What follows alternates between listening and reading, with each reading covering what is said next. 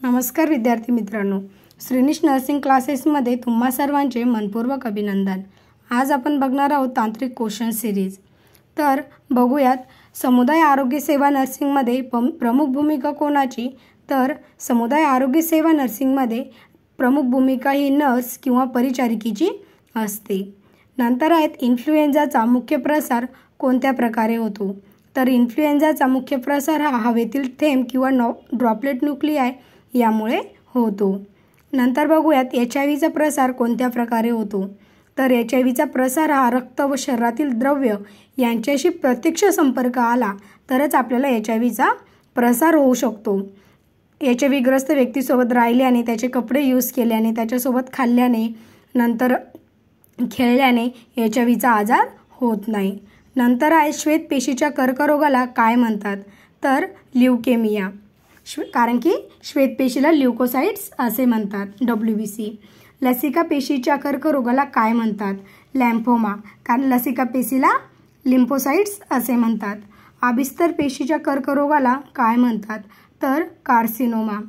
नंतर बघूया संयोजी ऊतीच्या कर्करोगाला काय म्हणतात। तर याचं उत्तर असं आहे सार्कोमा। नंतर आहेत वायुवाहित रोग दोन कारणांमुळे होतो, ड्रॉपलेट न्यूक्लिआय आणि धूलिकण। वायुवाहित रोग म्हणजे सर्दी, कोविड, हे वायुवाहित रोग आहेत। म्हणजे हवेनुसार, म्हणजे एकाला जर झाला तर तो हवेमध्ये त्याचा व्हायरस पसरून तो दुसऱ्यांनाही होऊ शकतो।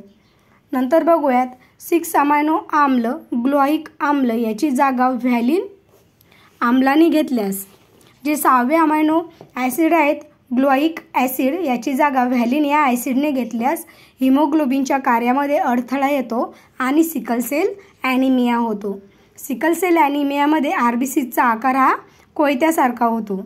नंतर आहेत सिकल सेल ॲनिमिया हा अनुवंशीय आजार आहेत, म्हणजे तो वडिलांकडून मुलाला होऊ शकतो। नंतर आहेत सुमारे 7000 रोग किंवा विकार अनुवंशिकतेवर आधारित आहेत। उदाहरणार्थ Down syndrome, sickle cell anaemia, haemophilia यांसारखे अनुवंशिकतेवर आधारित हे आजार किती आहेत, तर एकूण 7000 आहेत। नंतर बघूयात सिकल सेल ॲनिमिया मुख्यतः आफ्रिकन लोकांमध्ये जास्त आढळतो। नंतर आहेत एकाधिक द्विगुणता या क्रोमोझोमल डिसऑर्डरमध्ये 2 ऐवजी 3 गुणसूत्रे असतात। नॉर्मल 2 गुणसूत्रे असतात, XX, XY यासारखे 2-2 गुणसूत्रे असतात, परंतु एकाधिक द्विगुणता या क्रोमोझोमल डिसऑर्डरमध्ये 2 ऐवजी 3 गुणसूत्रे असतात। नंतर आहेत फिलाडेल्फिया यामध्ये 9 आणि 22 गुणसूत्राचा अभाव असतो, म्हणजे या डिसऑर्डरमध्ये 9 आणि 22वं गुणसूत्र जे असतं ते प्रेझेंट नसतं। नंतर बघूया डाऊन सिंड्रोम हा मानवाच्या बाबतीत पहिल्यांदा शोधलेला व वर्णन केलेला गुणसूत्री विकार आहेत। नंतर बघूया डाऊन सिंड्रोम या आजारात एकूण 47 गुणसूत्रे आहेत। आपल्या सामान्य व्यक्तीच्या शरीरामध्ये एकूण 46 गुणसूत्रे असतात, परंतु डाऊन सिंड्रोम या आजारामध्ये 47 गुणसूत्रे असतात। नंतर बघूया दुधाचे दही बनवत असताना प्रोसेस, लॅक्टोबॅसिलाई जीवाणू त्याचं दुधातील लॅक्टोज शर्करेमध्ये रूपांतर, नंतर किण्वन प्रक्रियेद्वारे लॅक्टिक ॲसिडमध्ये रूपांतर होते आणि दुधाचे दही बनते। लॅक्टोबॅसिलाई हे जे जीवाणू आहे आपल्यासाठी उपयुक्त आहे। नंतर दह्याला आंबट स्वाद लॅक्टिक ॲसिडमुळे येतो, कारण की दह्यामध्ये लॅक्टिक ॲसिड प्रेझेंट असते। ताकातील मिथिलीन ब्ल्यू रंजकाचा वापर हा लॅक्टोबॅसिलाई जीवाणूची ओळख पटवण्यासाठी करतात। नंतर आहेत मुळावरील गाठीत राहणारे रायझोबिया त्या रोपट्याला नायट्रेस किंवा नायट्राइट्स व अमायनो ॲसिड पुरवतात।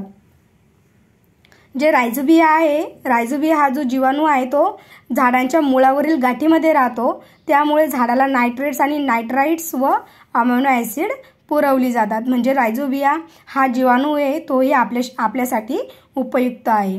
नंतर आहे शिजवलेले अन्न खराब करणारे जीवाणू म्हणजे क्लॅस्ट्रिडियम। क्लॅस्ट्रिडियमचे अनेक प्रकार आहेत, जसे की क्लॅस्ट्रिडियम टिटॅनी, यामुळे टिटॅनस होऊ शकतो। क्लॅस्ट्रिडियम जंतूचा आकार हा दंडाच्या आकारासारखा आहे। नंतर बघूयात व्हॉन ॲमेझेम या शास्त्रज्ञांनी मासाची नासाडी क्लॅस्ट्रिडियम बोटुलिझम या जीवाणूमुळे होते हे दाखवून दिले। नंतर आहेत वर्णखीनता या आजारामध्ये मेलॅनिन वर्णक तयार करू शकत नाही. मग मेलॅनिन जे हार्मोन असतं ते कलर तयार करू शकत नाही, त्यामुळे वर्णहीनता येते. म्हणजे तो व्यक्ती एकदम व्हाईट कलरचा असतो. डोळे, त्वचा व केस यांना मेलॅनिन या तपकिरी रंगाच्या वर्णकामुळे रंग प्राप्त होतो. नंतर आहेत वर्णहीनता, याला ॲक्रोमिया किंवा ॲक्रेमेसिया असे म्हणतात. नंतर बघूयात पाणी, बर्फ, अन्न, रक्त आणि रक्तद्रव्य तसेच जीवद्रव्य अशा माध्यमांद्वारे होणाऱ्या संक्रामक कारकांच्या वहनास माध्यमवाहित वहन किंवा व्हेकल बॉर्न डिसीज असे म्हणतात. म्हणजे पाणी, बर्फ, अन्न, रक्त, रक्तद्रव्य, दूषित पाण्यामुळे आपल्याला टायफॉइड सारखे आजार होतात. नंतर बर्फ, अन्नामुळेही आपल्याला फूड पॉयझन वगैरे होऊ शकतं. रक्त आणि रक्तद्रव्य यामुळे आपल्याला हिपॅटायटिस, HIV यासारखे आजार होतात. तर या अशा माध्यमांद्वारे जे आजार होतात किंवा जे संक्रमक कारकाच्या वहनास माध्यमवाहित वहन किंवा व्हेकल बॉर्न डिसीज असे म्हणतात. लॅक्टोबॅसिलाई जीवाणूचा आकार कसा आहे तर सूक्ष्म आयताकृती आहे. लॅक्टोबॅसिलायचे उपयोग बघूयात. दुधाचे दही बनवणे. लॅक्टोबॅसिलाई किण्वन प्रक्रिया करते, त्यामुळे दुधाचे दही तयार होते. आपण दुधाचे दही कसे बनते हे आपण बघितलेच. नंतर आहेत लॅक्टोबॅसिलाई हे पचन संस्थेच्या कार्यात बिघाड जर झाल्यास तर त्यावर उपचार म्हणून लॅक्टोबॅसिलाई हे उपयुक्त आहेत. तसेच आंबवण बनवण्यासाठी आपण आंबोली, डोसा, इडली बनवतो, त्यासाठी सुद्धा लॅक्टोबॅसिलाई हे जीवाणू उपयुक्त आहेत आंबवण बनवण्यासाठी. नंतर आहेत पाव बनवण्यासाठी, बेकरीमध्ये यूज करू शकतो. मद्यार्क बनवण्यासाठी आपण लॅक्टोबॅसिलाई याचा उपयोग करतो. मित्रांनो, असेच नवनवीन व्हिडिओ पाहण्यासाठी श्रेणीश नर्सिंग क्लासेसला सबस्क्राईब करा आणि बेल आयकॉनवरती क्लिक करायला विसरू नका. धन्यवाद.